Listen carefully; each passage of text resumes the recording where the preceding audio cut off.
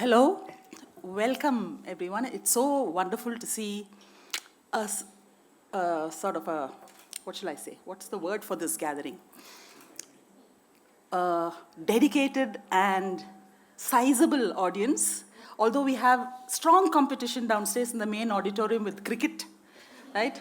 And they have advertised themselves in a very prominent fashion, whereas we just have a little blackboard here which says TFA's 20th year. So which is what's so great today, that we have Anjum Hasan and of course the venerable Mr. Satchidanandan sitting right here in conversation.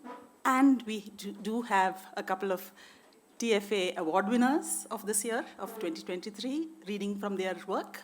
So this is actually going to kickstart a year-long series of events, we hope, in all the categories. And I will not explain too much about TFA because I know all of you, especially all the young ones here. I mean, they have this, right? And they can look it up. So we have a website, we have a blog, find it for yourself, all the things that we do. So I think in order not to waste time, let's start off the first in our series. Anjum will first speak from her own perspective, because Anjum has been with, she has seen the journey of TFA, almost from the very beginning.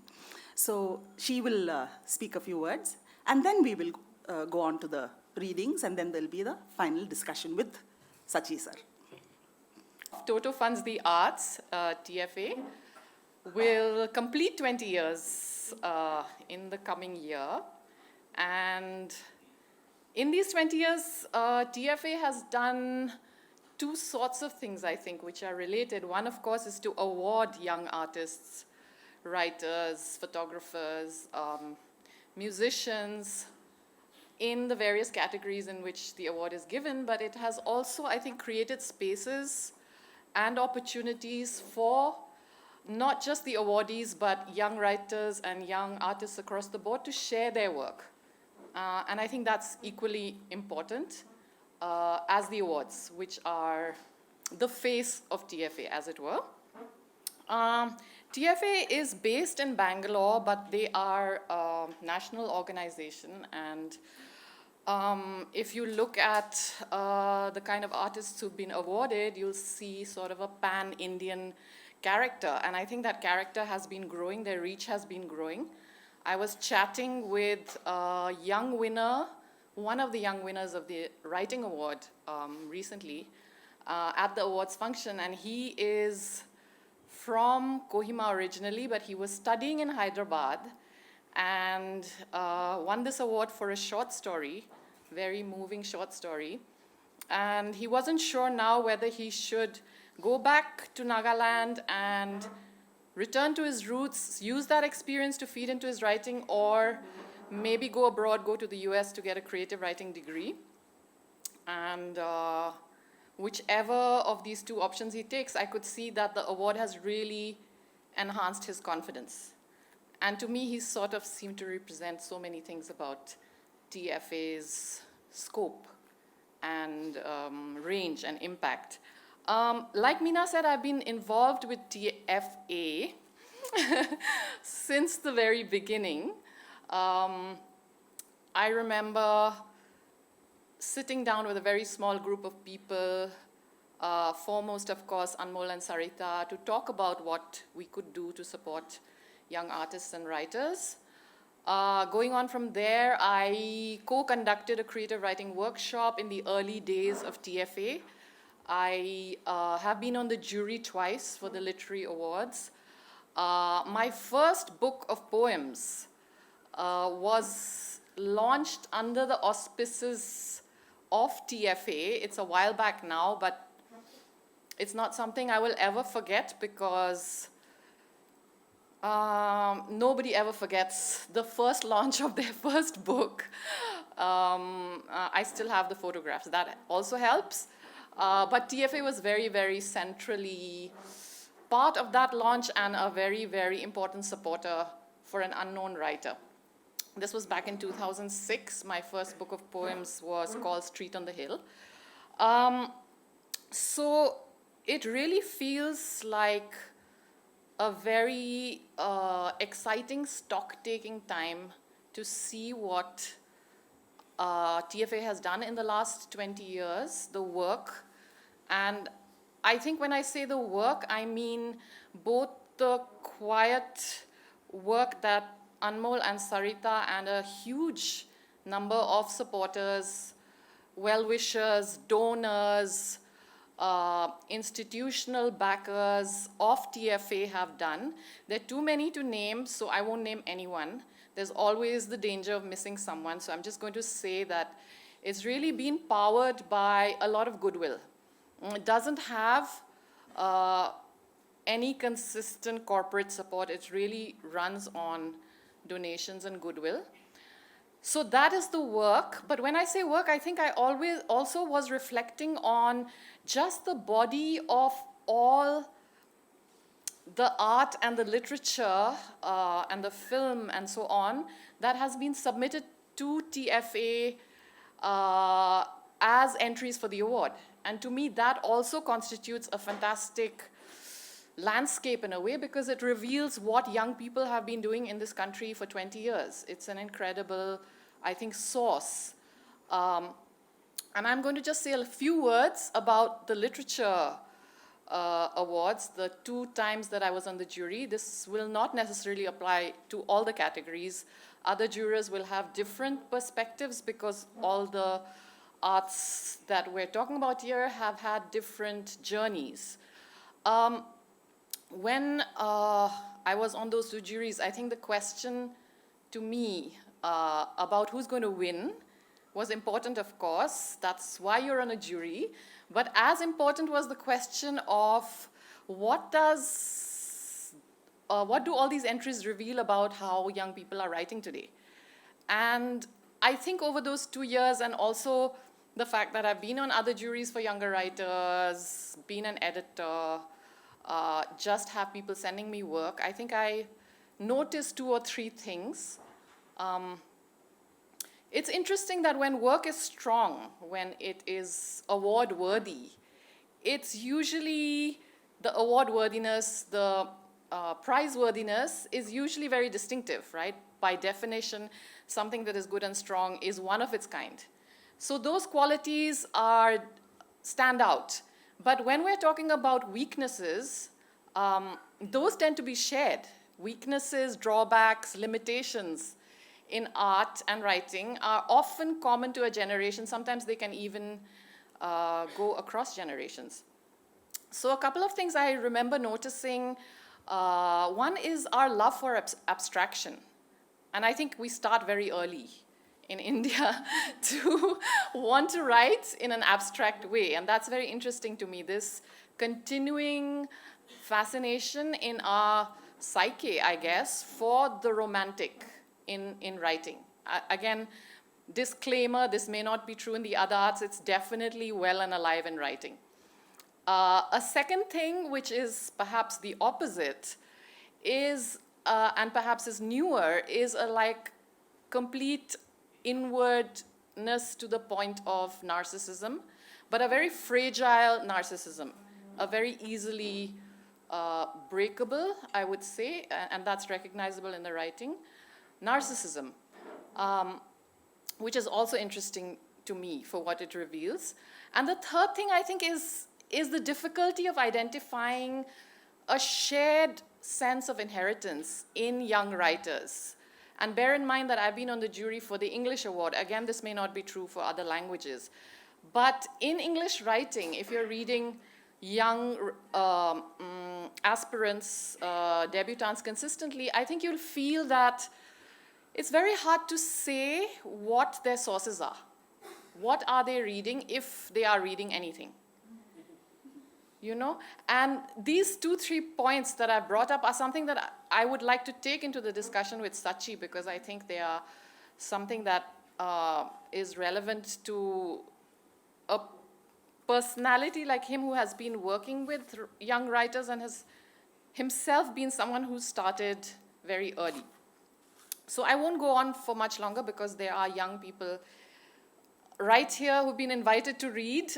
These are two recent winners in the English and the Kannada categories. But just to round up, all of these points that I've raised are something that I think need discussion. And one limitation in India is that we have very few homegrown platforms for setting standards. Very few magazines, very few forums where we can actually set critical standards for young people to try and meet. And I think TFA has definitely done that. Through the awards, it's not just the glamour and the excitement of awarding that one figure in that one field, but cumulatively, and again you can see that over the 20 years, they are creating benchmarks for all of these fields. And I certainly feel for writing. Many of those young men and women who've won the writing award have gone on to write consistently. Some of them have written books.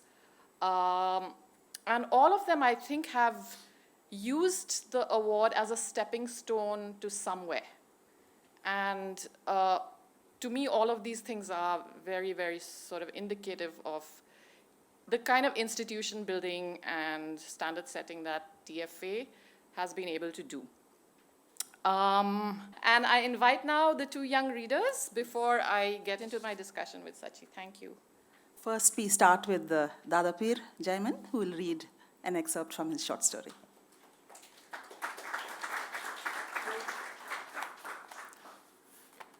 ಎಲ್ರಿಗೂ ನಮಸ್ಕಾರ. ಕತೆ ಹೆಸರು ತೇರು. ಪ್ರತಿದಿನ ನನ್ನ ಹಾಸಿಗೆಯಿಂದ ಎಬ್ಬಿಸಲು ಹರಸಾಹಸ ಪಡುತ್ತಿದ್ದ ಅಮ್ಮಿ ಮತ್ತು ನಾನಾಗೆ ಅಂದು ಆ ಕಷ್ಟ ಕೊಡದೆ ಹೊದ್ದುಕೊಂಡಿದ್ದ ದುಪ್ಪಡಿಯನ್ನು ಸರಿಸಿ ಸೀರೆ ಪರದೆಯೊಳಗಿನಿಂದ ನನ್ನ ಪಿಚ್ಚುಗಣ್ಣುಜ್ಜಿಕೊಳ್ಳುತ್ತಾ ಸೀದಾ ಬಚ್ಚಲು ಮನೆಗೆ ಹೋದ ವರ್ಷ ಬಡೇಮಿ ಕೊಡಿಸಿ ಹೋಗಿದ್ದ ಬೇಬಿ ಬ್ರಷ್ ಮೇಲೆ ಬಟಾಣಿ ಗಾತ್ರದ ಹಲ್ಲೊಳಗಿನ ಕೀಟಾಣುಗಳನ್ನು ಹೋಗಲಾಡಿಸುತ್ತದೆ ಎಂದು ಜಾಹೀರಾತಿನಲ್ಲಿ ತೋರಿಸುತ್ತಿದ್ದ ಡಿಶುಮ್ ಪೇಸ್ಟನ್ನು ಹಚ್ಚಿಕೊಂಡು ಹಲ್ಲುಜ್ಜುತ್ತಾ ಗುಡಿಸಲಿನಿಂದ ಹೊರ ಬಂದರೆ ಅಮ್ಮಿ ಅಂಗಳ ಸಾರಿಸುತ್ತಿದ್ದಳು. ಸ್ವಲ್ಪ ಹೊತ್ತು ಅವಳನ್ನೇ ನೋಡುತ್ತಾ ನಿಂತೆ. ಬೆನ್ನ ಹಿಂದಿನಿಂದ ಅಜ್ಜನ ಗೊರಕೆ ಕೇಳಿಸುತ್ತಿತ್ತು. ಅಮ್ಮಿ ನಿನ್ನೆ ರಾತ್ರಿಯೇ ತಂದಿಟ್ಟುಕೊಂಡಿದ್ದ ಓಣಿಯ ಕಡೆ ಮನೆ ಕೆಂಚತ್ತಿ ಮನೆಯ ಆಕಳಿನ ಸಗಣಿಯನ್ನೇ ಎಂದಿನಂತೆ ತದೇಕ ಚಿತ್ತರಿಂದ ಅಥವಾ ಯಾವುದೋ ಲೋಕದಲ್ಲಿ ಕಳೆದು ಹೋದವಳಂತೆ ಅಮ್ಮಿ ಬಳಿಯುತ್ತಿದ್ದಳು. ಅಮ್ಮಿಯ ಚಾಳಿಯು ನನಗೂ ಬಂದಿರಬೇಕು.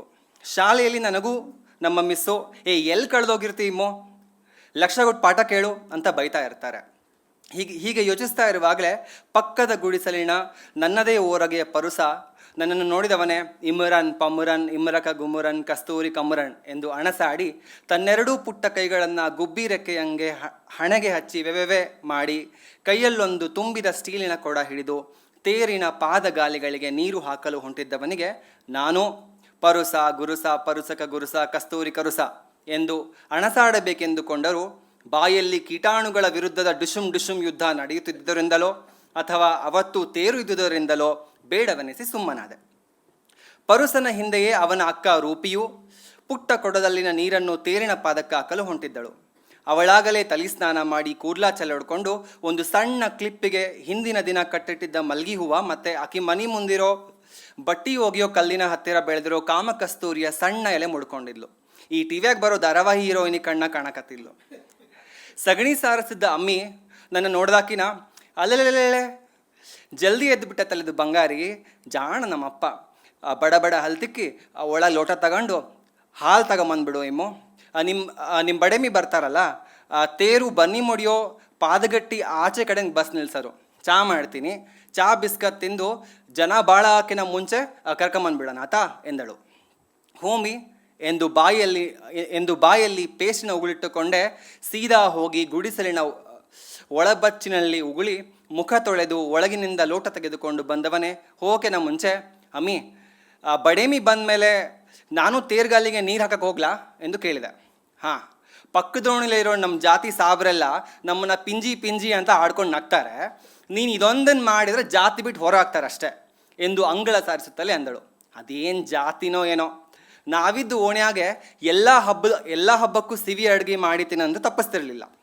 ಎಲ್ಲ ತಿಂದಮೇಲೆ ಸುಮ್ಮನೆ ಇರಲಿ ಅಂತ ಜಾತಿ ಬಾಣ ಪ್ರಯೋಗಿಸಿದ್ದ ಅಮ್ಮಿ ಪ್ರತಿ ವರ್ಷ ನಮ್ಮೂರಿನ ಹತ್ತಿರದ ಬೆಳದೇರ ಹನುಮಪ್ಪನ ಗುಡಿಗೆ ಹಣ್ಣು ಕಾಯಿ ಮಾಡಿಸ್ಕೊಂಬರ ಕರ್ಕೊಂಡೋಗಿದ್ಲು. ಈ ಹನುಮಪ್ಪ ನಮ್ಮ ಮನೆ ದೇವ್ರದಾನ, ನಮ್ಮ ಮನೆ ಪೊಡಗದಾಗ ಒಡಮೂಡಿ ದೇವ್ರಿದು ಅಂತೆಲ್ಲ ಕತೆ ಹೇಳ್ತಿದ್ಲು. ನನಗೆ ಮುಖದ ಮ್ಯಾಗೆಲ್ಲ ಅಮ್ಮ ಬಂದಾಗ ಊರಮ್ಮನ ಗುಡಿಗೆ ಹರಕೆ ಒಪ್ಪಿಸಿ ಬರ್ತಿದ್ಲು. ಅಮಾಸಿಗೊಂದ್ಸಲ ಗುಡಿಯೊಳಗೆ ಗೋಧಿ ಉಗಿ ಪ್ರಸಾದ ಕೊಡ್ತಿದ್ರು. ಅದಕ್ಕೂ ಮುಳುಮುಂಜಾನೆ ಎಬ್ಬಿಸ್ಕೊಂಡು ಉಣಿಸ್ಕೊಂಡು ಜೇಜಿ ಕೈ ಮುಗಿಯಪ್ಪಿ ಅಂತ ಕೈ ಮುಗಿಸ್ತಿದ್ಲು. ಮೊಹರಂ ಹಬ್ಬದ ದೇವ್ರು ಸಾಯೋ ಕಡೇ ದಿನನಂತೂ ದೇವ್ರು ಮೈ ತೊಳೆಯೋ ಮಠ ಕಡೀ ತನಕ ಕರ್ಕೊಂಡು ಹೋಗಿ ಬರ್ತಿದ್ಲು. ರಂಜಾನ್ ಹಬ್ಬಕ್ಕೆ ಕೈಲಾದಷ್ಟು ರೋಜಾ ಮಾಡ್ತಿದ್ಲು. ಅಂತ ಅಮ್ಮಿ ಒಂದೊಂದು ಸರ್ತಿ ಹೀಗೆ ಜಾತಿ ಗೀತಿ ಮಡಿ ಮೈಲಿಗೆ ಅಂತ ಮಾತಾಡೋದು ನನಗಂತೂ ಅರ್ಥನೇ ಆಗ್ತಾ ಇರಲಿಲ್ಲ. ನಾವು ಪಾದಗಟ್ಟಿ ಹತ್ತಿರದಾಗಿರೋ ಚಲುವಾದೇರು ಓಣ್ಯಾಗಿದ್ವಿ.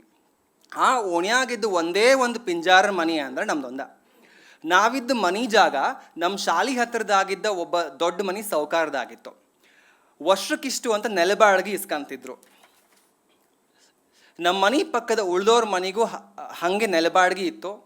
ಮನೆಯೊಳಗೆ ನಾನು, ಅಮ್ಮಿ ಮತ್ತು ನಾನಾ ಅಷ್ಟೇ ಇದ್ದದ್ದು. ಮೊದಲು ಕಟ್ಗೆ ಹೊಡೆಯೋ ಮಷಿನ್ನಾಗೆ ಮಿಲ್ನಾಗೆ ರಾತ್ರಿ ಪಾಳ್ಯದ ಕೆಲ್ಸಕ್ಕೆ ಹೊಕ್ಕಿದ್ದ ನಾನ ಇತ್ತಿತ್ತಲಾಗೆ ಆರಾಮಿಲ್ದಂಗಾಗಿ ಹಾಸಿಗೆ ಹಿಡ್ದಿದ್ದ. ನಾ ಗಟ್ಟಿ ಇರೋ ತನಕ ಬೇರೆ ಮನೆ ಮುಸ್ರಿ ಕೆಲ್ಸಕ್ಕೆ ಕಳ್ಸಂಗಿಲ್ಲ ಬಿಡ್ತಂಗಿ ಅಂತಿದ್ದ ನಾನ ಈಗ ಅಸಹಾಯಕವಾಗಿ ಮಲಗಿದ್ದ. ಅಮ್ಮಿ ಬ್ಯಾರೆ ಹಾದಿ ಇಲ್ದ ನಮ್ಮೋಣಿ ಆಚೆ ಮನೆ ಶೆಟ್ರು ಮುಸ್ರಿ ಕೆಲ್ಸಕ್ಕೆ ಹೋಗಿದ್ಲು. ರಾತ್ರಿ ಹೂ ಕಟ್ತಾ ಇದ್ಲು. ನಾನು ಹೂವನ್ನು ಜೋಡಿ ಇಟ್ಕೊಡ್ತಿದ್ದೆ. ಮಲ್ಲಿಗೆ, ಕನಕಾಂಬರ, ದಸರಾ ದೀಪಾವಳಿ ಸಮಯದಲ್ಲಿ ಚೆಂಡು ಹೂವು, ಹೀಗೆ ರಾತ್ರಿ ನಮ್ಮ ಗುಡಿಸಲ ಮನೆಯ ಒಂದು ಭಾಗದಿಂದ ಬರುತ್ತಿದ್ದ ಹೂಗಳ ಘಮ ಸಮುದ್ರದ ಅಲೆಗಳಂತೆ ತೊಯ್ದಾಡುತ್ತಿದ್ದ ಲಾಟೀನಿನ ಬೆಳಕಿನಲ್ಲಿ ಹಿತವಾಗಿ ನದಿಯಂತೆ ಬಂದು ಸೇರಿಕೊಂಡು ಮನೆಯಲ್ಲೊಂದು ದೈವಿಕ ಆವರಣವನ್ನು ನಿರ್ಮಿಸಿ ಬಿಡುತ್ತಿದ್ದವು. ನಮ್ಮ ಮನೆ ಎದುರಿಗೆ ಪ್ರಕಾಶಿ ಮನೆ ಇತ್ತು. ಪ್ರಕಾಶಿ ಮತ್ತು ನಾನು ಒಂದೇ ಶಾಲೆಗೆ ಹೋಗಿದ್ವಿ. ಪ್ರಕಾಶಿ ಅಜ್ಜಿ ನನ್ನನ್ನು ಅವ್ರ ಮನೆ ಒಳಗೆ ಸೇರಿಸ್ತಿರ್ಲಿಲ್ಲ. ಅಮ್ಮಿ ಅದಕ್ಕೆ ಅವ್ರ ಕುರುಬ್ರ ಸೇರ್ಸಂಗಿಲ್ಲ, ಅದು ಹಂಗೆ, ನೀ ಬೇಜಾರು ಮಾಡ್ಕೋಬೇಡ ಅಂತಿದ್ಲು. ಅಮ್ಮಿ ಮನೆ ಹತ್ತಿರದ ಶೆಟ್ರ ಮನೆ ಮುಸ್ರಿ ಕೆಲ್ಸಕ್ಕೆ ಹೋಗಿದ್ಲಲ್ಲ, ಹಂಗೆ ಹೋಗಿದ್ರಿಂದಲೇ ಅವರು ನನ್ನ ಟಿ ವಿ ನೋಡೋಕೆ ಅಷ್ಟೇ ಬಿಟ್ಕೊಂತಿದ್ರು. ಆದರೆ ಅಡ್ಗೆ ಮನೆ ಒಳಗಂಟ ಸೇರಿಸ್ತಿರ್ಲಿಲ್ಲ. ಅಮ್ಮಿ ಏನು ಕಡಿಮೆ ಇಲ್ಲ, ಅಮ್ಮಿಯೂ ಜಾತಿಯಿಂದ ಚೆಲುವಾದರಾಗಿದ್ದ ಪರಸ, ರೂಪಿ ಮತ್ತು ಓಣಿಯ ಕೊನೆ ಮನೆ ಕೊಟ್ರ ಯಾರನ್ನೂ ಮನೆಗೆ ಸೇರಿಸ್ತಿರ್ಲಿಲ್ಲ. ಆದರೂ ರಂಜಾನ್ ಹಬ್ಬಕ್ಕೆ ಶಾವಿಗೆ ಮಾತ್ರ ಎಲ್ಲರ ಮನೆಗೆ ಕೊಟ್ಟು ಬರ್ತಿದ್ಲು. ಹೀಗೆ ಜಾತಿತನವನ್ನು, ಸಾಮರಸ್ಯವನ್ನು ಮತ್ತು ಮನೆಯ ಬಲಬದಿಯ ಚರಂಡಿ ಸೊಳ್ಳೆಗಳ ಜೊತೆ ಹೇಗೋ ಹೊಂದಾಣಿಕೆ ಸಾಧ್ಯವಾಗಿಸಿಕೊಂಡಿದ್ವಿ. ನಾ ಬಡೇಮಿ ಬಂದ ಮೇಲೆ ಆಕಿನೇ ಕೇಳ್ಕೊಂಡು ತೇರ್ಗಲೆ ನೀರು ಹಾಕಕ್ಕೆ ಹೋಗ್ತೀನಿ ಎಂದು ಕಣ್ಣುಗಳನ್ನು ರಳಿಸಿ ಹೇಳಿದೆ.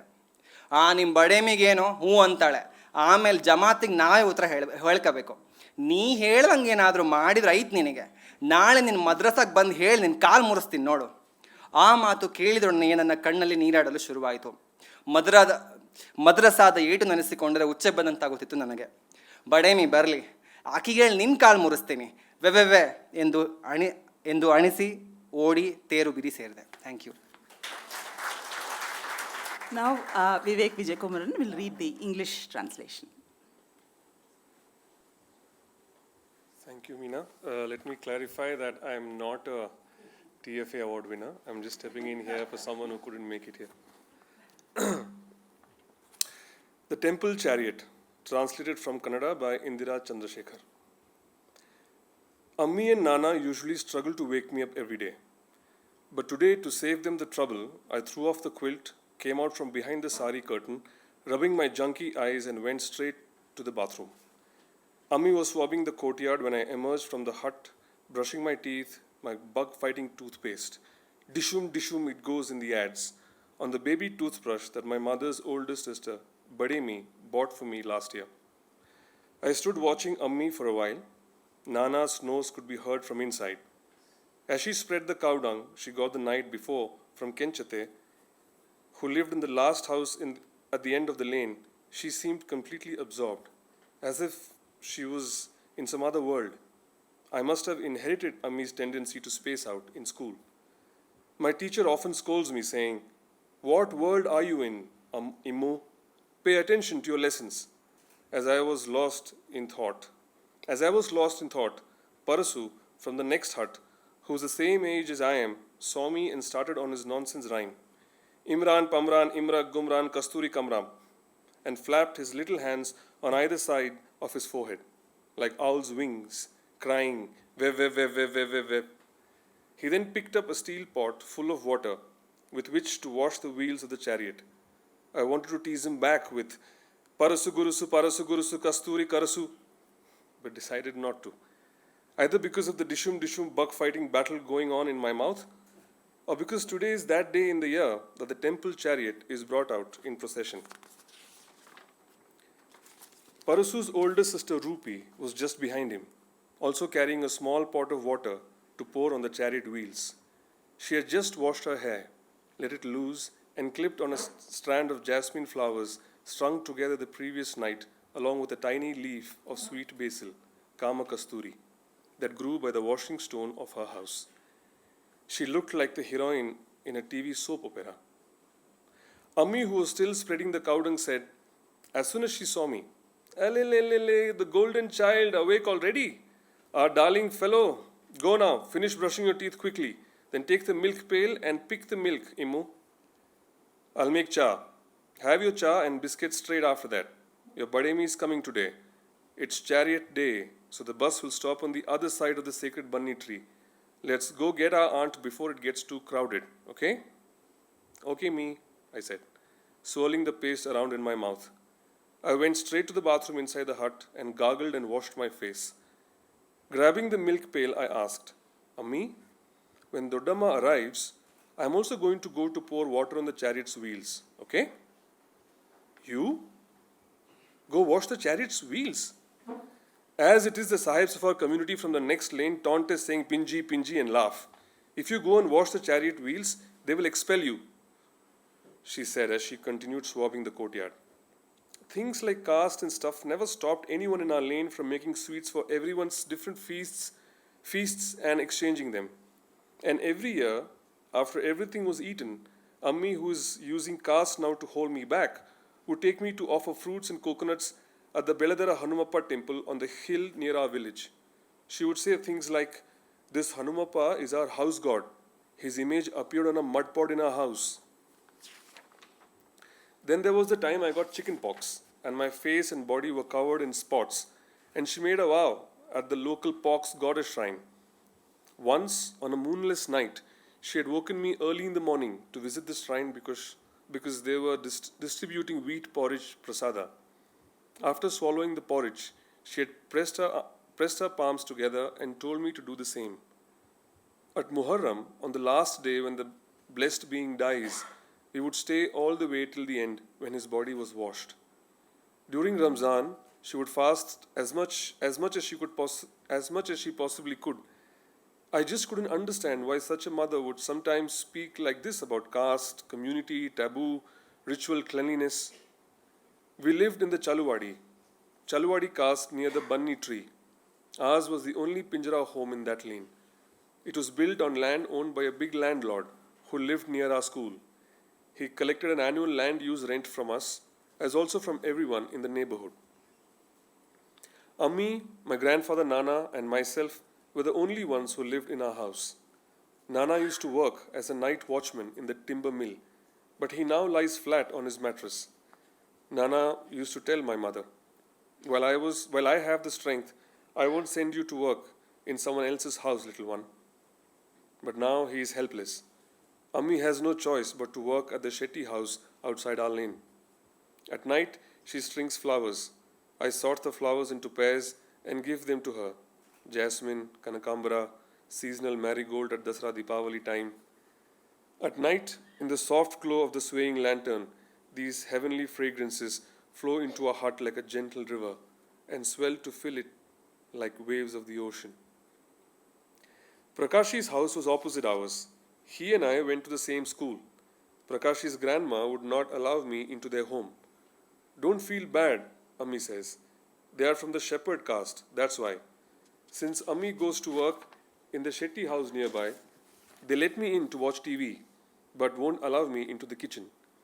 Ammi too, caught in the tangled mesh of caste, won't allow Parasu, Rupi or Kotra from the last house in the lane into our house because they are Chaluwadis. But for Ramzan Eid, she distributes sweet vermicelli to everyone's homes. This is how we adjust to caste. In much the same way we adjust to swarms of mosquitoes in the drain at the side of our house. When Bademi arrives, I'll get her permission to go and wash the wheels of the chariot, I said, my eyes glinting in defiance. What is it to your Bademi? She'll say yes. If we go, who'll have to answer our Jamaat afterwards? You watch out.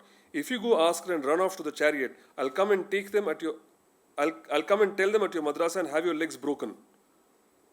My eyes filled with tears. Memories of madrasa beatings made me need to pee. Let Badimi come, I cried angrily. I will tell her that it's your legs that will be broken. Where? And ran to the chariot street. The chariot street is really sludgy. Ammi called out, be careful where you go.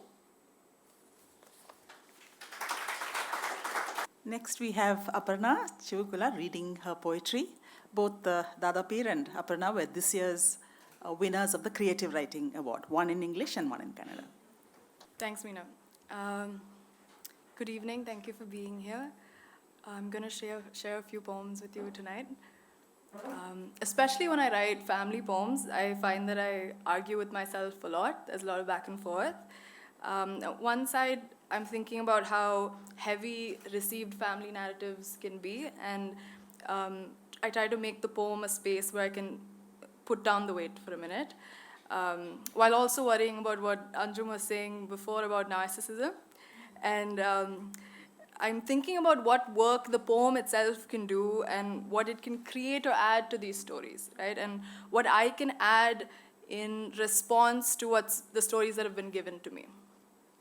The poems I usually like are the ones that can open up a long-told family story and reconsider it in some way, can be more imaginative about the characters who are my family, and especially those people who are marked in real life by tropes like crazy old woman. This is when Amumma wants to tell a story. She asks, "Do you know so-and-so? She lived just there, and her father worked in the railways or ran the films at the cinema or lectured at a college a couple of towns away. Always someone with whom you've surely never crossed paths. The one who 8 or 9 or 15 years ago was in love with a field worker or rickshaw man and was beaten up, or who dreamt of being a doctor and wrote the exam, and on the 5th try she almost made it, but on the 6th she got an even lower rank, and her father threw 2 rupees at her in disgust. Didn't you ever hear about her? Taking in the clatter of the coins tossed at her, her tears gathering in those perfect circles, or the scent of a leaf pressed into her blouse, long dried, hidden behind her half sari. You feel you do know this stranger, and Amumma pauses for you to feel this, and then she says, well, she suicided. My Amumma, she lives by the kirana shop in Nazarpet with my grandfather. Her father was a bank manager in Orissa, Madras, all parts of Andhra.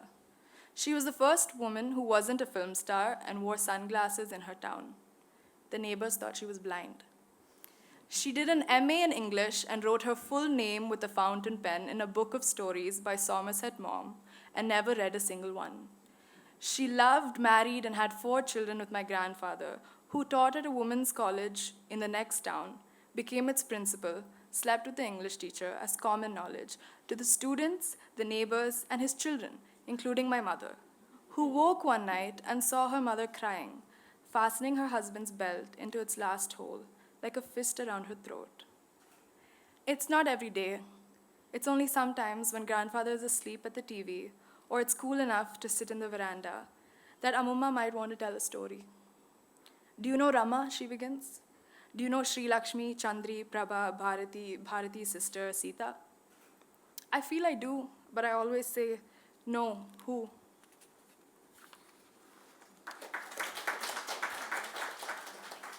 This is a poem which is still in progress, but I'd like to try it out tonight.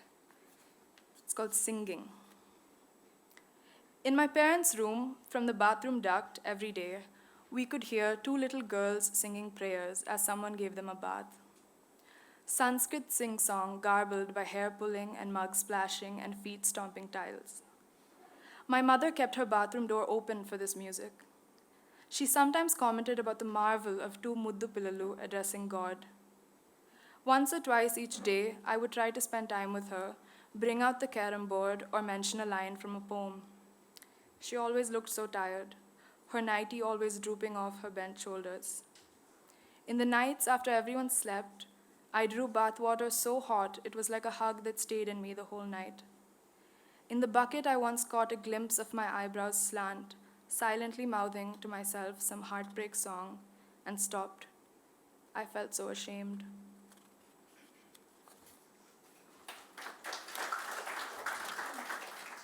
I have a lot to thank TFA for. Being a writing student in the city has been made so much more lively because of the events and talks and workshops that I've attended. And it's been lovely to see this happening for my students at Mount Carmel also now. This is a poem from my submission last year, Reception. I was where you'd seated me, among the suited and sequin-dressed, watching your mother and father on stage for a photo, with your brother in between them just married, all waiting for you and your grandmother, who you were helping into the wheelchair. I wanted to hold her shoulders, little commas shaky in the distance.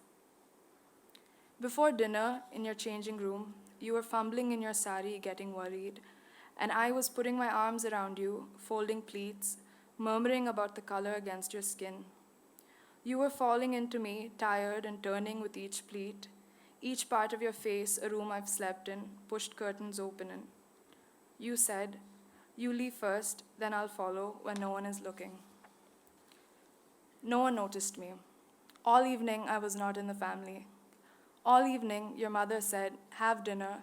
Please don't leave without eating." And I didn't say, "Please, Auntie, sit. Let me serve you rice," though I desperately wanted that moment where my hand with the rasam ladle would be waiting while her fingers made a well in the rice.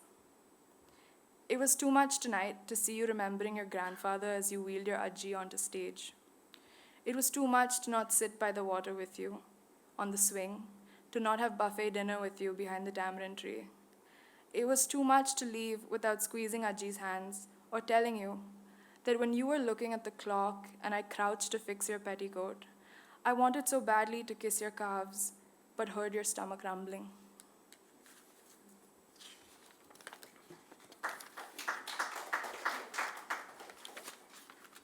Okay, let me close with a different kind of poem which is taking place far away from the home and the wedding hall. This is a history of sunlight, flashing under the tamarind tree like a warning, gentle across a wet bird's back. A rectangle between curtains, rectangle in the ceiling, all of Andhra. The window seat of 45G, other buses too. Corners where dogs eat rice and bread, empty ICU beds. Half of Ratnagiri, then the other half, shadows of clouds climbing the same mountain twice. You getting off the train, the slope of the railing you briefly touch, birthday lunch, radiating from every single French fry, dripping from mangoes, inside an engagement ring, fleeting between strangers' eyes. In that scene where her underskirt is ballooning over a picnic table and she is calmly making a drawing. The tip of a knife, every panel of newspaper comics, around plastic packet kites, gleaming off metal that holds paintbrush bristles. In rhymes like run, fun, the moment when you know anyone. So now, Anjum and Mr. Satchidanandan, would you take your chairs and then start your conversation? Yeah. I think Sachi is a perfect addition. And I wanted to start with his role in encouraging young writers, because I think that role has been something he's taken very seriously. Partly also, he started very early himself. So we will go into that. But before that, I'd just like to touch on my personal connection with Sachi, because he came to Shillong, where I grew up, and I was a young, aspiring poet. I hadn't written very much then. This was the middle of the 90s, and Sachi was instrumental in organizing a Northeast poetry reading, and that was one of the first poetry events I had attended. And he was, at that point, the editor of Indian Literature, which many of you would know. It's the journal of the Sahitya Academy. It's still around. And I think under his stewardship, it became much more widely read than it was. And I remember the excitement of a poet coming from Delhi and this poetry event. And Sachi then went on to publish some of my poems in Indian Literature a couple of years after that event. So that was my first meeting with Shashi, and that was a sort of a window that opened out through that meeting. Cut to a few years later, I had a collection of poems and I wasn't able to find a publisher. And I was scouting around.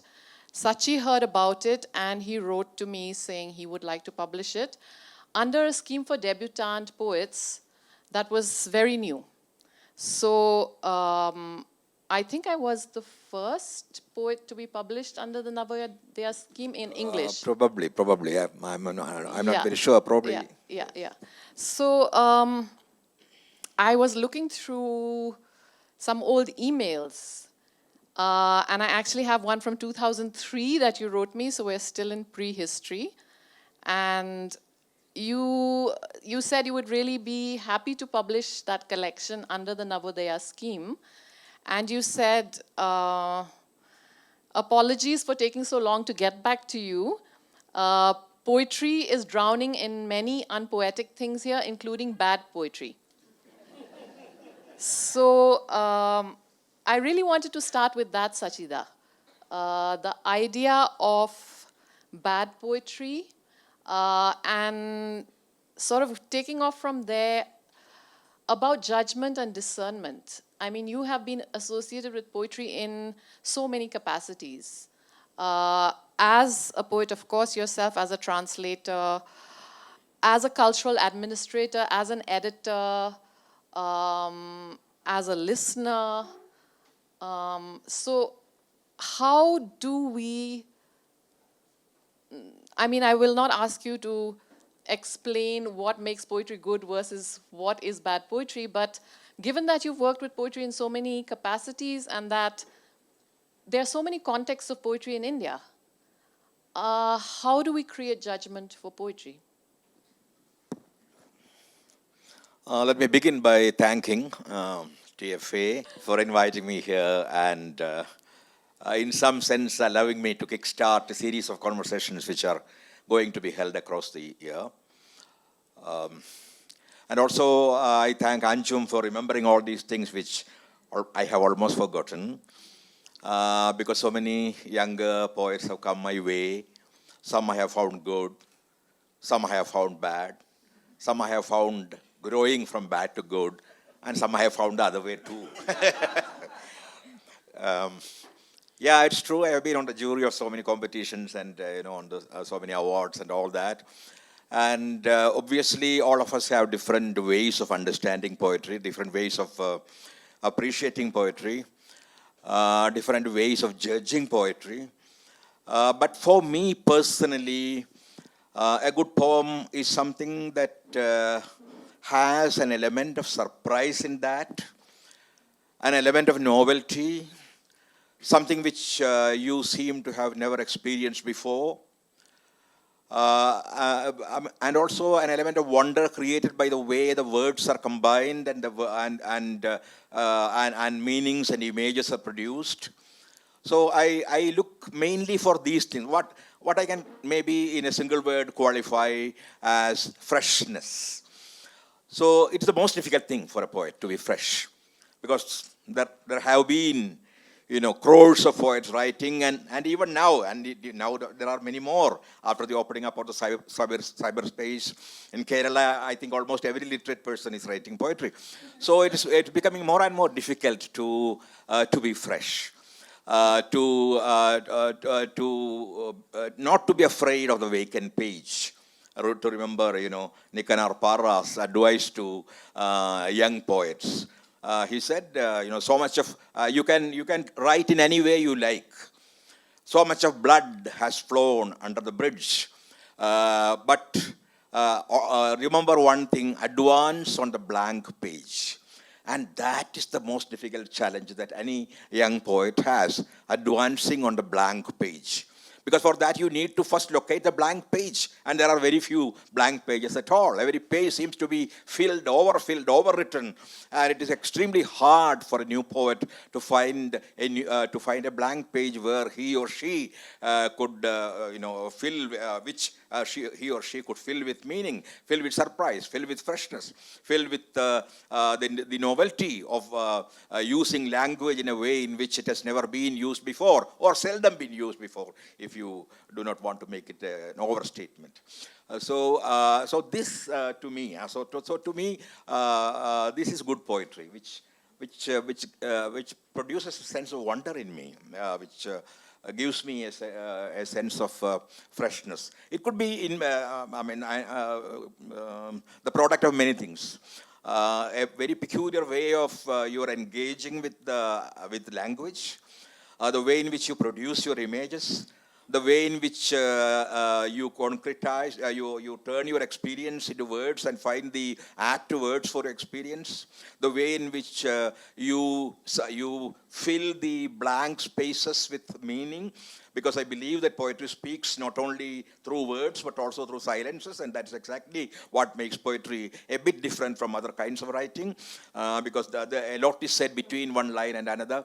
And well, that's the kind of poetry. In general, I do not want to give a definition to good poetry, which I never dare to, and I shouldn't, because somebody else may come and obviously challenge my concept, and because the concept of good poetry also keeps changing, just as the concept of poetry itself keeps changing. And so these are some of the qualities that I generally look for when I read a new poet, whether to give an award or just to give my opinion, which may be worthless sometimes, yes. So to move from the universal idea, we do need shared ideas of good and bad to operate in any kind of literary context, right? Even if they may not be absolutely binding, some shared sense of what is good and bad, some shared sense of standards. But to that I also wanted to add, which I think is peculiarly Indian, the multiplicity or sometimes even the overwhelming number of contexts that we have. So you may be reading a translation of a 10th century poem, you may be reading something influenced by the latest rap poetry or a very contemporary form, you may be reading the modernists, and somehow in the Indian context we seem able to take in all this, but does it lead to a confusion? And I wanted to connect this plurality of contexts, to your own journey, especially your start as a poet. I've spoken a little bit to you about this before, and I remember you telling me that already as a teenager, in your late teens, you were very taken with two specific traditions. One was the beats, the American beats, and the other was the European modernists. And I remember this image of you saying that you found a lot of Sartre and Camus and the European modern poet series in a Cochin bookshop, and you were completely swayed, and you started writing essays on Sartre in a college magazine at the age of 19. So I'm very interested in how that particular context of modernism, let's say broadly, into which this would fit, how did that start you off? And does that remain your most important context, or is it just one among several things now that have created who you are? I'm happy that you have clearer memories of me than myself. It's true. When I started, something new was beginning to happen across Indian languages. What in Kannada would be called Navya, after the Navodaya.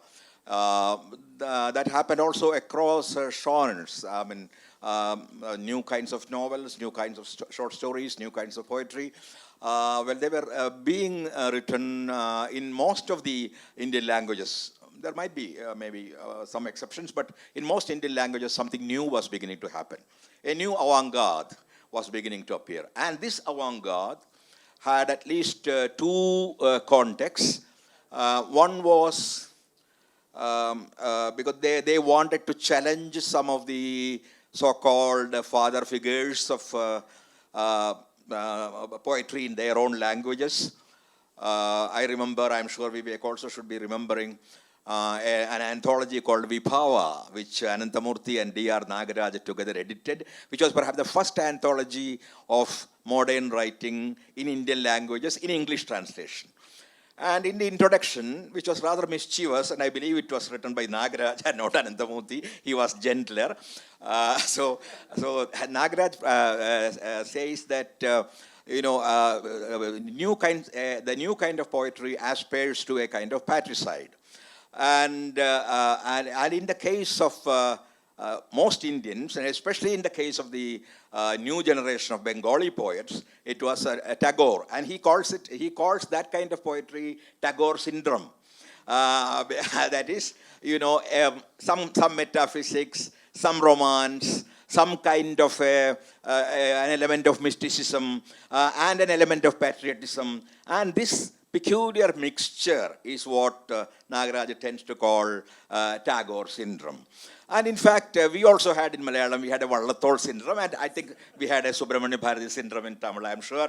So there were poets who were Tagores in their own languages, across languages. You can name, at least every language had one Tagore. So our task was rather momentous and arduous at the same time, because to challenge these father figures, to create something new, create something which was not exactly the kind of mixture they were trying to, or the concoction may be a bad word, which they were trying to, to produce. So we wanted to renew the language or create a new kind of poetic language. That was the major challenge all of us had before us. A language of images, a language which was perhaps more contemporary, which would speak about our own personal experiences as well as the kinds of social experience that we were confronting or passing through. And so we felt our generation at that point of time, now I belong to an old generation, and there could be a syndrome in my name too. But at that point of time, it was almost our duty, we felt, to find a new language and to challenge the established norms of poetry, the ways in which poetry as an art was understood, the ways in which poetry was conceived, poetry was written, and so in short, to create something which could be called avant-garde at that point of time. I wouldn't call it avant-garde perhaps now, but yes, at that point of time it was something new. It was something that challenged all these established notions of what poetry is and what poetry should be. And so it's true. We were inspired by many of the European poets. It's true, I shouldn't deny that. And we were also inspired equally by the kind of experience that we were passing through, because I am almost a midnight's child. I mean, I was born in 46. I was born in the colonial India, but I don't remember that 1 year I spent in that India. Practically I am a product of the independent India, or an India which tends to be independent. Now I should use these words very cautiously. So. So it was for us as a new generation of poets coming up, who were actually almost born and certainly brought up in that independent India. We had passed through kinds of experiences which our earlier generation hadn't. For them, patriotism was so natural, and taking part in the freedom, the fight for freedom was a matter of pride, which certainly it was. But for us, freedom also brought a lot of despair, a lot of disillusionment. because Gandhi wouldn't work anymore in our society. Gandhian values were being fast abandoned by the new leadership, and the kinds of dreams that all of us had about an egalitarian India, a casteless India, an India where men and women would be equal. So that dream was not being fulfilled, but we even felt we were going back sometimes from what we had earlier been.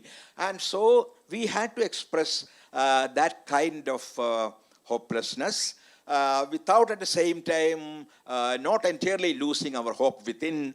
And so this was the kind of conflict that most of us of that generation experienced. And that needed, this kind of a terrible conflict needed a new language to speak in, a new language which could perhaps be partly obscure, because we were all considered rather obscure in those days, even though now I don't think somebody would think those poems were obscure. But yes, we were, and we were criticized. We didn't have practically anybody with us. I had my senior poet Ayyappa Panikar with me, and one senior critic, M. Leelavati.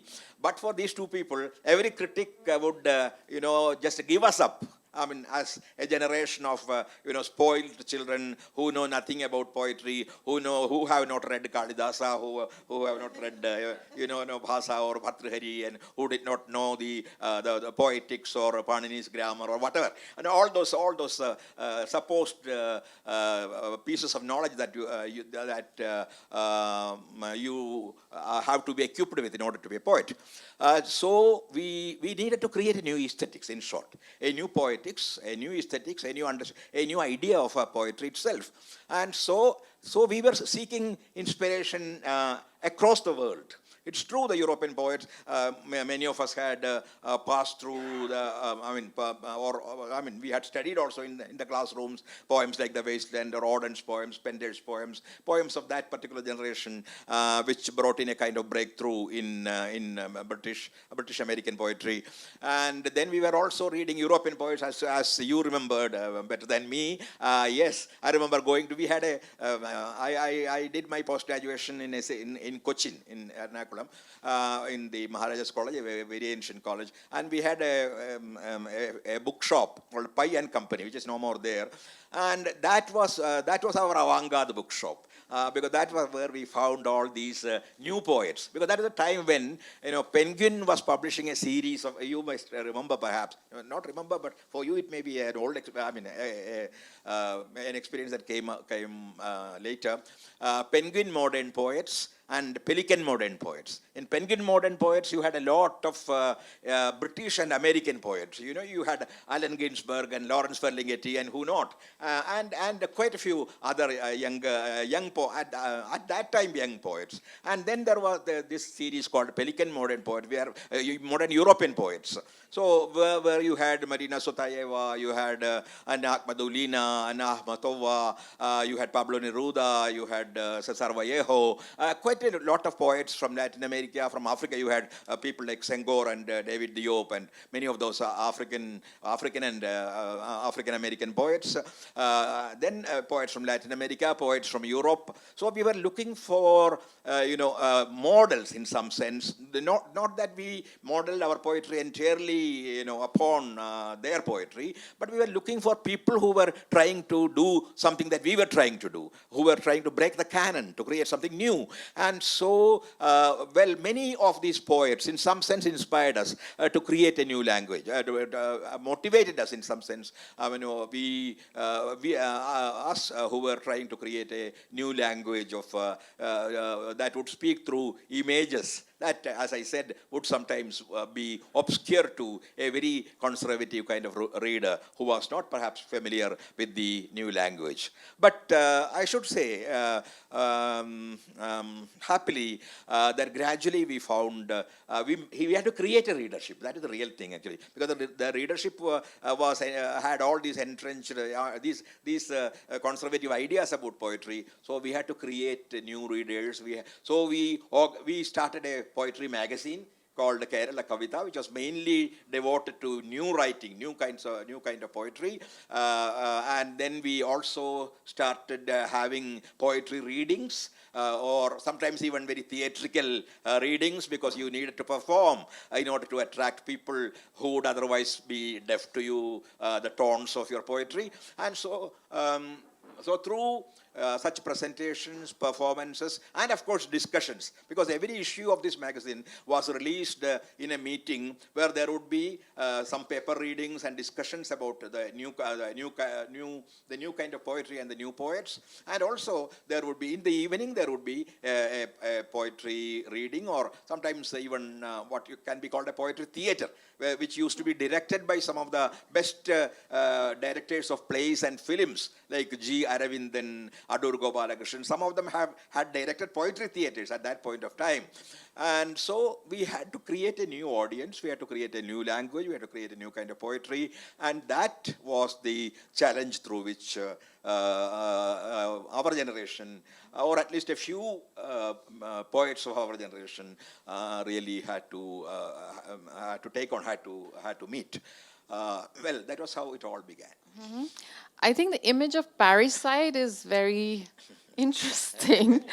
But I mean, broadly, modernism across the world is seen as something that's breaking with the older traditions. It is a reaction to, it is a response to, it is even a violence against the traditional, however you define that. But to me, also the fascinating thing about the modernist is how well they were able, the modernists in Kerala, elsewhere in India, elsewhere in the world, were able to recognize the contemporary moment, to sort of seize the day, and that sort of everything coming together. You know, the politics of the day, your language, what you felt were the needs in literature. So I think to everyone who came afterwards, I certainly feel that way. There's a certain sense of envy of the modernists. And I remember Susan Sontag's remark about the 60s. And she was contrasting utopia with nostalgia. And she said the 60s were one of the few eras completely free of nostalgia. And to me, that really sums it all, because it says everything is in sync. And I don't know how then you emerge from that, because you started with that. It must have been a very revolutionary feeling. But you are now still very involved with the poetry scene in an era that feels, I think, as far away from the modernist as possible. Partly because I think we are still, of course, taking in the past, taking in older structures, but in a way that feels less resolute. Would you agree, Sachida? How are we responding to the old in the present moment? And how does that compare to the modernist moment? Your poetry, the history of poetry has, of course, the moments of break and moments of continuity. And, during that period when you are actually, breaking the tradition, trying to create something new, you feel completely disenchanted with the past, which is necessary at that point of time. But gradually you begin to grow a little more sober. You begin to go back and read the older poets. If you could, you would even try to revive, all those poets we had murdered, even though not in their entirety.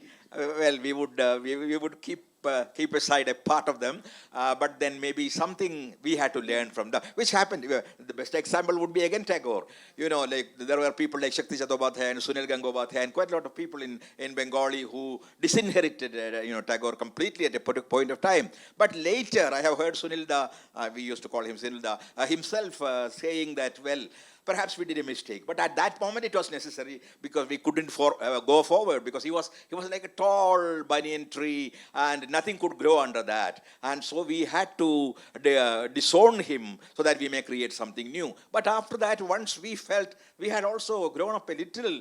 Well, we could understand him, understand his moment. So this is something that seemed to have happened across languages in India. After that moment of a complete break, which was linguistic, aesthetic, stylistic. I mean, and in many senses, even in terms of emotion and content, we slowly began to not revive the tradition, but understand the tradition. So I went back to the Malayalam poets of earlier generations, not to Vallathol very much, even then I should say, but to many other poets like Vailopulli, Idashiri, Kunjiraman, who are some of our, some of the best things that ever happened to Malayalam poetry. So I not only went back to them, I read them very closely and intimately, and I began to develop a sense of, a sense of respect, a kind of reverence towards them. And I ended up writing a series of poems. It was not planned as a series, but now when I look back, it is a series, creating my own canon. I've written a poem on Vailopulli, a poem on Idashiri, a poem on many of these poets. There are about 7 poets in my canon. I mean, there could have been more, but somehow it stopped at 7. So I have written a poem each on them. And so then we went back not only to the poets of our language, the similar poets of other languages in translation, and also in the poets in the Western tradition. And we found it was not all that bad. They too had something to say. They were also trying to address some of the issues of their generation. They too had passed through very similar dilemmas, very very similar very contradictory feelings. They too had passed through moments of they too were caught between the what you call the nostalgia and utopia, and so we could understand those moments through which they must have passed in order to create that kind of poetry. So now at this age, I would no more use actually terms like modernism, postmodernism, etc. Because I do not know when we could stop, because the academics can never stop. They will have to go on using terms like that, postmodernism, postmodernism, etc. But ultimately, now, because I think I was saying that probably in the Bangalore Poetry Festival too, during these COVID years, I was translating Bhakti poets. Well, it has come to that. So I was translating Kabir to begin with, and then I translated the Vachana poets. Of course, I got some help from Shiv Prakash and my good friends. In understanding some of the nuances. So I was translating Basava and Akka Mahadevi, about whom I had written poems earlier. And so I first brought out a collection of Kabir. It's called Conversations with God in Malayalam. And then another called Shivoham, where I bring in 4 major Kannada Shaivite poets. Then I found myself translating Tukaram, and then Bulle Shah, the Sufi poet. And finally, recently I came out with a collection of 50 Bhakti and Sufi poets across languages in India. Because I found that Kabir was talking to me. Maybe at that point of time, he was talking to his own contemporaries. But today, in this atmosphere of extreme hatred, jingoism, and narrow-mindedness, Kabir is telling me what spirituality really is, and what God meant to him, what relationships meant to him. And so Kabir, it is true at that point of time, he might have been talking to, the priests of his time, the Brahmins of his time, and all those, those hegemonic castes and communities of his time. But I find today, Kabir speaks to me and my generation very meaningfully, and he has something to tell us. And Tukaram has something to tell us. Basava and Akka, they have all something to tell us. I had written before that, remember, a series of 14 poems on the Bhakti and Sufi poets. I started with the poem on Kabir in the context of Babri Masjid before it was demolished, but when we were almost sure it was going to be demolished. And after that, I came out with a poem on Meera in a contemporary kind of feminist context. And then I found myself writing poems on Akka, on Basava, on Andal, on Namadev, on Jnanadev, on Lal Ded, the Kashmiri poet, quite a lot of them, a series of 14 poems.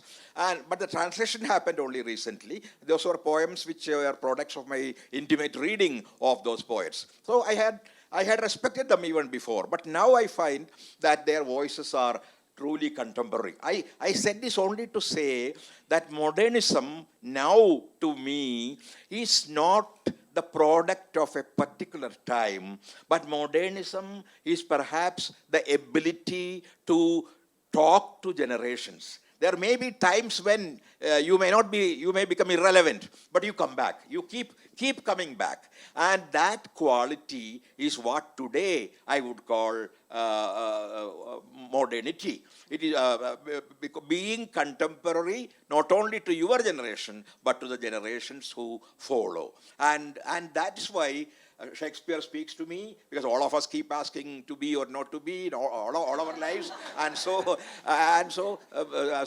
does many of these older poets, I mean revered canonical poets with whom we had sometimes quarreled, now seem to be speaking to us once again. So it is this quality. So that is where my understanding of modernism has changed. Modernism must have been a movement confined to a particular time.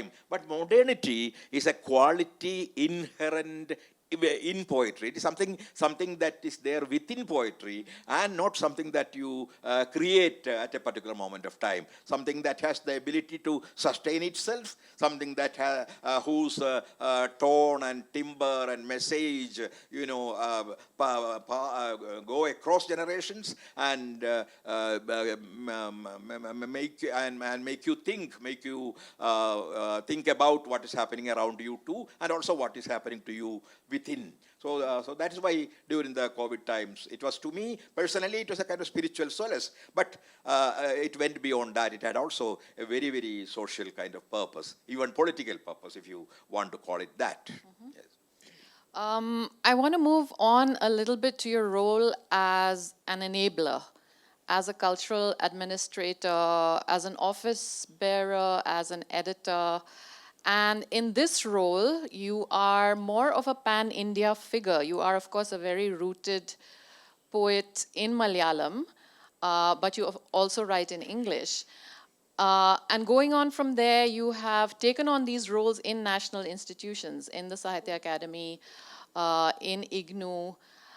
And I'm interested in that combination. What did you discover about poetry, about literature, Indian literature in general, in that role that you may not have discovered if you had remained in Kerala?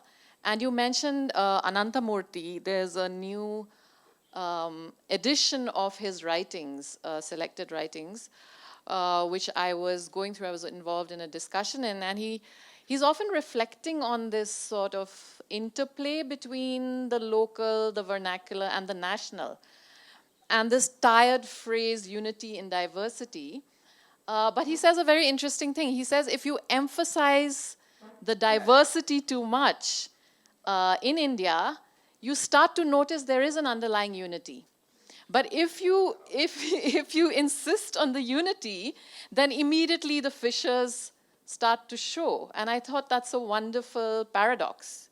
But or maybe it's a resolution of unity and diversity. But how did it come across to you in the Sahitya Academy and the other roles you've played?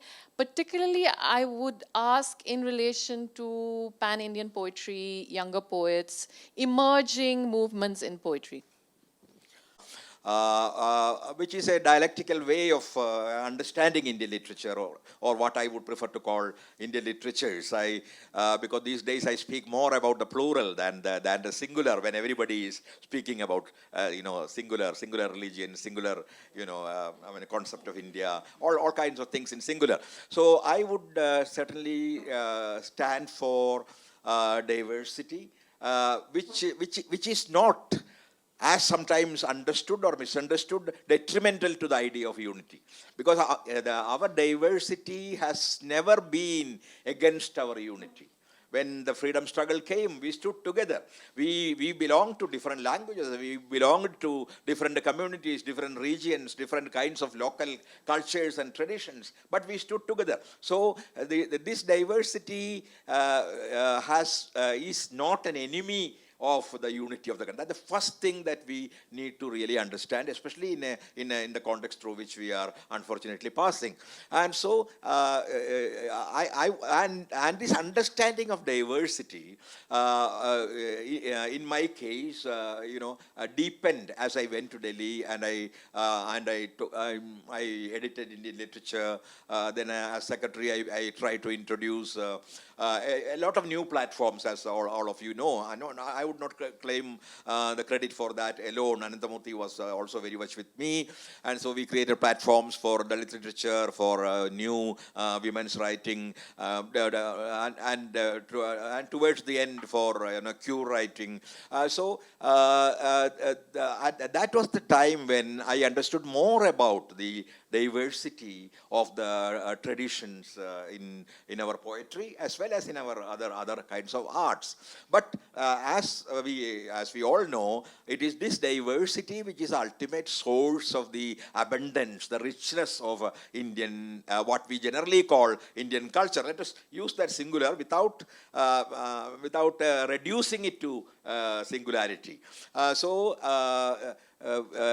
If Indian culture is so rich, so varied, so colorful, it is because we have all these. And once you destroy this plurality, you destroy the core of our culture, the very fundamental value that has sustained our culture throughout, and also the extreme richness and variety of our culture. And so it is more than an understanding of unity. I would say it was an understanding of diversity that I got by moving to Delhi and by editing Indian literature and by looking at various Indian regional literatures from close quarters. As I said, that didn't in any way kill my idea of the unity of India, because even though they were all speaking in their languages, they are speaking sometimes of experiences that would come from different planes and layers of life. They also had a way of understanding what is contemporary, understanding their experience. And with all the differences in style and differences in tone, they also, together, they were speaking about a country that they would love to create. A country that they would love to undo partly, and a country that they would love to create partly. And there was some kind of unity, an aspirational unity rather than an existing unity. It belonged more to the future because a country, as you very well know, a nation is not something made and already out there, but it is something always in the making. This has been my idea of nation, and this has also been my idea of democracy. We cannot say India is a democratic country or one day it suddenly became a democratic country. It gradually moves towards democracy. When the invisible people become visible, I'm quoting Jacques Rancière, the great contemporary French thinker. So he would say democracy is that process through which the invisible sections of people become visible. And the voices we have never heard, or the voices which we had believed to have been animal voices, suddenly become human voices, and you begin to hear them. So democracy is a process, nation is a process. These are not final products, and that's why I use the term an aspired unity rather than an existing unity. I like the fact that you've talked about hearing and listening rather than speaking. Yeah. And the title of this talk is Words. The title of this talk is Words Matter, which is also the title of this wonderful anthology that you edited, Sachida, in the wake of the murders of 4 writers. We all know for writers and intellectuals. We all know who they were. And to me, the idea of words mattering and of speaking was addressing two kinds of silences. One was the silencing of people and the necessity of, giving them voice, bringing out their writings, talking about them. And the other kind of silence was the silence of those who should have taken responsibility, expressed outrage, and didn't. Right? So it's a kind of moral charge that silence has to be addressed. We have to speak up. So I think this broadly fits in with what you just said about an aspirational democracy, where you have to make space for giving, enabling voice, giving voice, but also speaking up yourself when people are silenced. But in both these kinds of speaking and both these kinds of silences, what about quietness, which I think is a different quality from silence? I wonder about the space for the quiet writer versus the committed writer. One of my favorite poets is the great Polish Adam Zagojewski. I'm sure you know him well. And he has a wonderful book called Solitude or Solidarity. And to me, that is a wonderful bind and a difficult one. As a poet, or as any writer or artist, do you choose solitude or do you choose solidarity? And is it likely that you can have both? Yeah, to remain oneself and at the same time to be with others. This is the challenge that, in fact, writers have always faced. And of course, we also face it in a different way. So you can be a silent collaborator. You can also be a silent opponent at times, by which I do not mean keeping silent when, crimes are happening all around you, when democratic voices are being silenced, but to speak in tones which are rather quiet and not necessarily very loud. So taking sides does not necessarily mean, being very loud, especially when it comes to poetry. Well, when you make a speech from a platform, it may be different. Or when you lead a procession along the street, it may be different. You will have to make your voice heard. But you make your voice heard in poetry as a poetic voice and not as a politician's voice or as a loud opposing voice. So that is where the whole challenge lies, in fact, for a poet today. Because how not to be a collaborator, but at the same time how to remain a poet even when you oppose. And to me, this is more of an ethical question than a political question. Ultimately, it is an ethical question. It is not a question of taking sides with one party or opposing one party or something, even though all that will come in when you take an ethical stand. So it is ultimately an ethical question, and which to me, if I can explain it a little broadly, taking a stand against violence. So in all my public talks about the present, which I have been forced to give these days many times over, I say that the writer's resistance ultimately is against violence, and it has always been so. And only that the form of violence keeps on changing. So it could be a violence against women, it could be violence against the oppressed people across the world, it would be violence against free speech or people who speak freely. So the form of violence keeps changing, but violence was always there in society, and all writers, right from Shakespeare to Dostoevsky to Kafka to other anti-fascist writers and all that, all of them have in their own ways tried to discover violence, identify violence, and by that itself sometimes oppose violence. They may not necessarily even speak against violence, But you just point out, there, this person is innocent. He or she is being murdered or being silenced. And poetry is exactly that finger, that pointing finger. And you may not go there, and you may not be able to save, the victim ultimately. But even then, you can say something is happening there. Somebody is there, lying, bleeding for something that he or she has not done.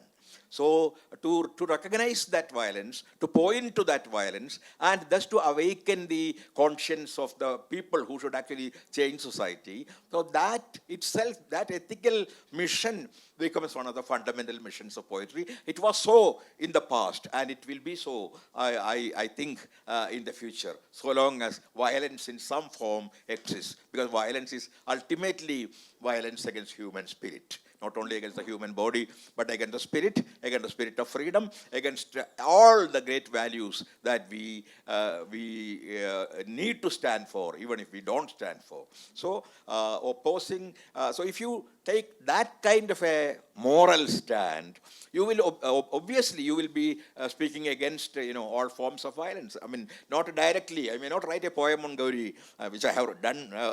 That's another case. But even without that, I can say there is somebody who was trying to tell the truth, but she was choked to death. Her voice was silenced midway. So pointing this out, even if in your own quiet way, becomes a part of the writer's mission today, and perhaps it was always one of the essential missions that writers perform, other than just entertaining people or giving them aesthetic joy, because I cannot completely isolate ethics from aesthetics. So maybe this is not the right stand.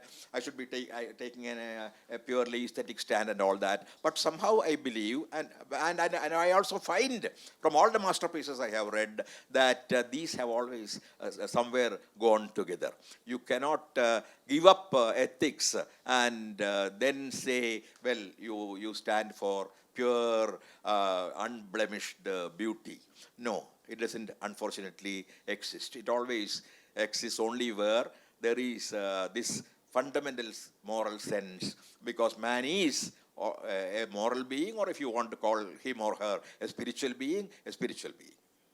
The fascinating thing in poetry is also that it's often very easy to tell whether a poem has a moral core or is just superficially beautiful. There seems to be something in the nature of poetry. It doesn't come with a moral lesson like it doesn't come with a moral lesson, but it's easy to read a moral sense in it if one exists. Yeah, certainly that moral stance could well be a suggestion. It is not that you are stating, your position very loudly and very clearly. But even without stating that, when you read a poem where you stand. I mean, do you stand with the forces of violence or with the forces of peace, of unity, of all those that make our democracy and our life itself meaningful.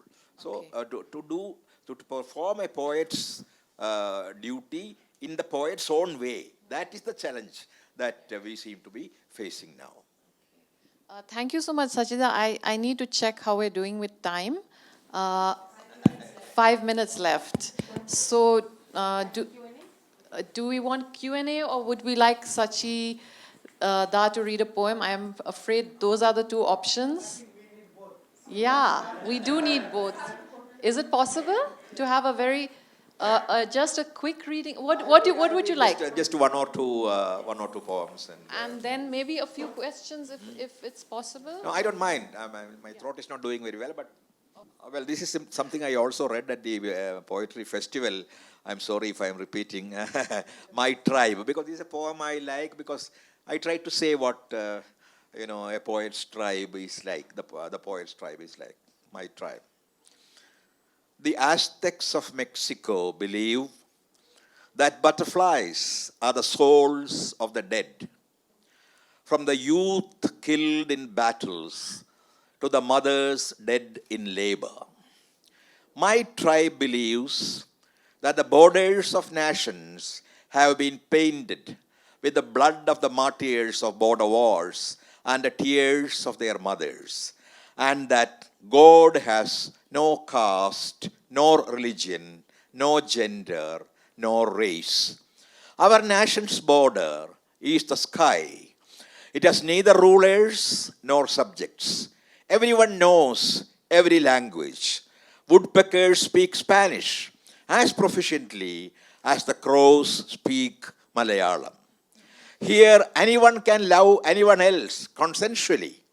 Grass can love the worm, the sparrow, moonlight. Angels can love humans, and memories, dreams.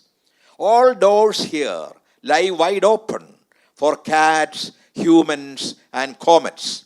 There is no divide between past and present or future. Grammar does not stand guard to them.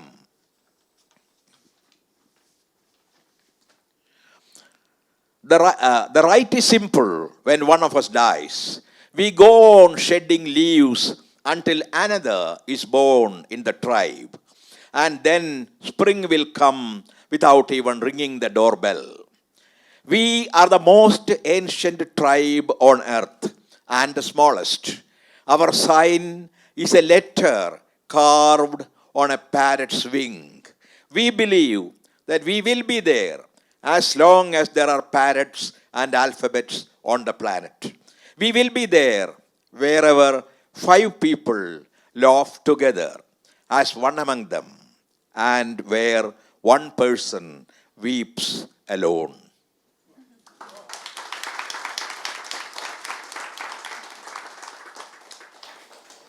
Another poem is also on poetry in some sense. Abandonment. It's a single sentence poem.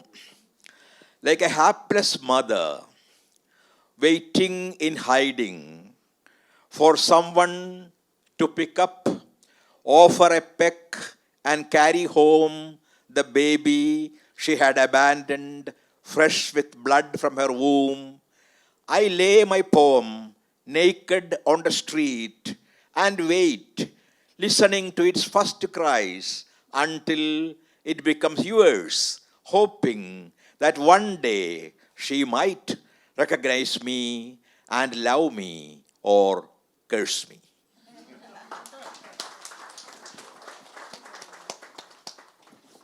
So if there are any questions, we can take them quickly. Yeah. I don't have answers, I can respond to questions. Yeah, that's a lovely discussion.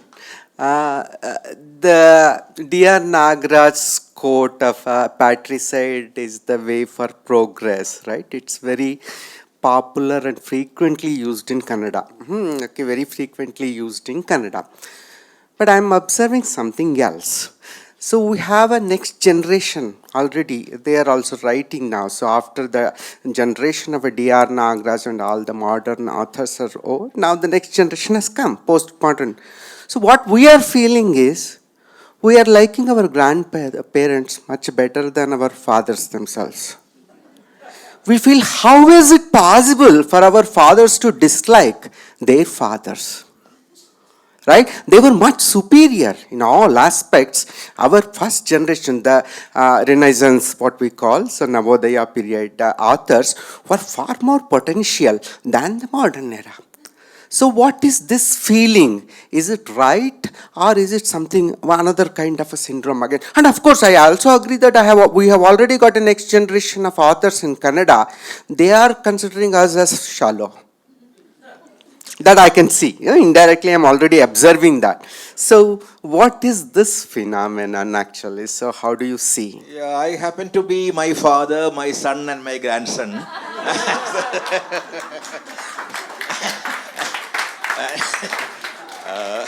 And so it's not easy to answer. What Sachi, I mean is that, there are certain moments, as I already said to Anjum, there are moments of break when you need to say things loudly, say things in which you don't completely believe yourself.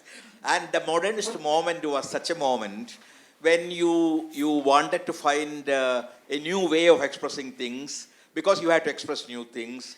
But then most of the modernists whom I know later realized that perhaps they had overstated things. And that's why I said in my own case, I rediscovered, my fathers or grandfathers, right from our Ramayana poet Ezhuthachan onwards. I have my first poem is on Ezhuthachan, who wrote our the Malayalam Ramayana, like your Pampa or Kambar in Tamil. So the first poem in that series was on Ezhuthachan. Not that is my grandfather. So we actually all of us discovered all those people whom temporarily we wanted to forget, or we wanted to disown. But we knew that we could never do that. Even at that moment, perhaps we knew within us that we couldn't do that. Because we were reading them, even at that time, even if secretly, we were reading them and we were discussing their poetry. We never stopped that. But gradually we knew, because that moment was over. We had created a kind of new idiom, and we had tried to express the kind of the dilemmas and the conflicts through which we were passing at that point of time. And so gradually all of us rediscovered, or they were already there discovered. Anyway, we rediscovered these poets who were our predecessors or our predecessors, and so that has happened. And so when you say modernist, postmodernist, etc., as I said, I am always doubtful. I am very skeptical about those terms, because there are many in Kerala, many young writers who call me a postmodernist. They are the same, perhaps the same people earlier called me a modernist. So these distinctions do not often have a very lasting value. They may be, as I said, academically useful. In the classrooms, you may need it to make certain distinctions, between generations and between ways of expression. But ultimately, maybe it's the same poet who becomes all these. Because the poets also grow. They do not stop with their first poem or the first book. They go on growing along, and they also read the new generation. They not only don't think that the old generation always inspires the new generation. It happened the other way around. And here, this is the place where I should be saying that. Because the new I have learned a lot from the generations that came after me. And every senior poet does, even though senior poets are often reluctant to make that kind of confession. But all of us do. All of us learn from the younger poets, their techniques, the way they look at life, the way they express themselves, their nostalgias and their utopias, and and all the kinds of worlds that they seem to be trying to address. So this process of learning is not just handed down from generation to generation. It happens mutually. It has a dialectic of its own, and so you learn from me, and I also learn from you. So it is not a question of giving that kind of a guru dakshina and bowing before the senior poet. But so I also bow to many of the younger poets who have come after me, from whom I have learnt a lot. And poets, I think, keep doing that all the time, whether they admit it or not. You mentioned about being a midnight's children, like the kind of hope and freedom and egalitarian society which you were expecting, So when I was growing up, my father gave this similar kind of hope to me that, well, now democracy has settled, country is free, and then things are going to be better. But today, when I think that, I feel the same hopelessness, possibly what you felt in your childhood. I feel the same hopelessness. I did not kind of describe what is happening today, but we feel, again, kind of quite bleak, and we don't see any bright future. So my question to you is that, let us say there are a lot of movements which was happening. I was about to ask, is it happening now? But Vasudendra says that is also happening. But what is then the impact of art or poetry or literature to the society? What do you think? Yeah, in fact, we are all caught in that cycle of despair and hope. I hope it is a cycle. I hope it doesn't stop here. I hope that hope comes back. And that is precisely where poetry and art intervene.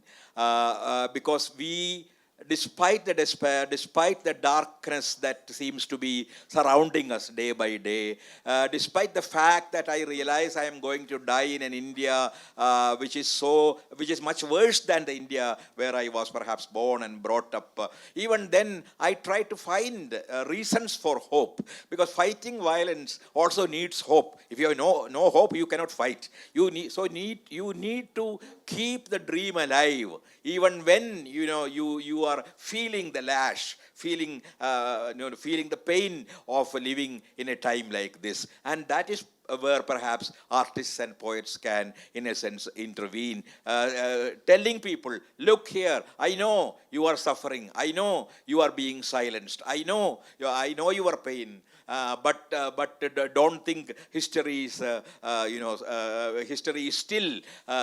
Look at what happened to Hitler, what happened to Mussolini. Look at what happened to all the fascists across the world. And if you know history, and if you have learned history, you will know that no, we have not come to the end of hope. Yeah, that is the function.